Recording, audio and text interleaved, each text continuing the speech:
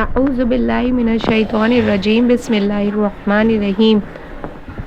آپ سبھی کا چینل دین اسلام میں خیر مقدم صفت صلات میں چھ چیزوں پر مذاکرہ ہوا تھا، اور ان 6 چیزوں میں سب سے پہلا ہمارا کلمہ طیبہ جو کہ ایمان کی حقیقت کے بارے میں تھا، اور ان سبھی کے بارے میں ہم نے بخوبی سب چیزیں جانی۔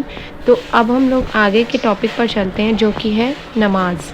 نماز کیا ہے؟ نماز آنکھوں کی ٹھنڈک ہے، لیکن ابھی ہم نماز کے بارے میں ذکر کریں گے، اور ہم سبھی اللہ تعالیٰ سے یہی دریافت کریں گے کہ ہم سب کو اللہ تعالیٰ 5 وقت کا نمازی بنائے اور نماز پڑھنے کی توفیق عطا فرمائے۔ ہر اس بندے پر نماز فرض ہے جسے اللہ تعالیٰ نے اس دنیا میں بھیجا۔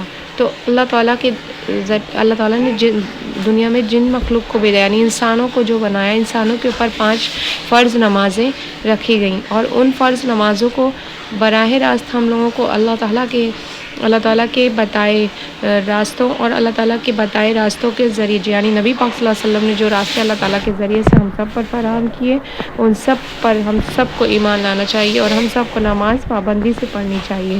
آئیے ہم ذکر کرتے ہیں نماز کے بارے میں۔ اللہ تعالیٰ کی قدرت سے براہ راست استفادہ کے لیے اللہ رب العزت کے اوامر کو حضرت محمد صلی اللہ علیہ وسلم کے طریقے پر پورا کرنے میں سب سے بڑا اہم اور بنیادی عمل نماز ہے، یعنی اللہ نے اس کا عمل کتنا بڑا لکھا ہے۔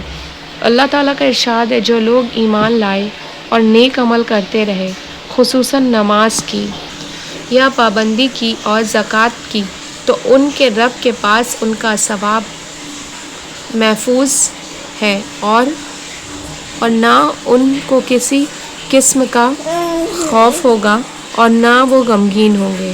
بے شک، سبحان اللہ۔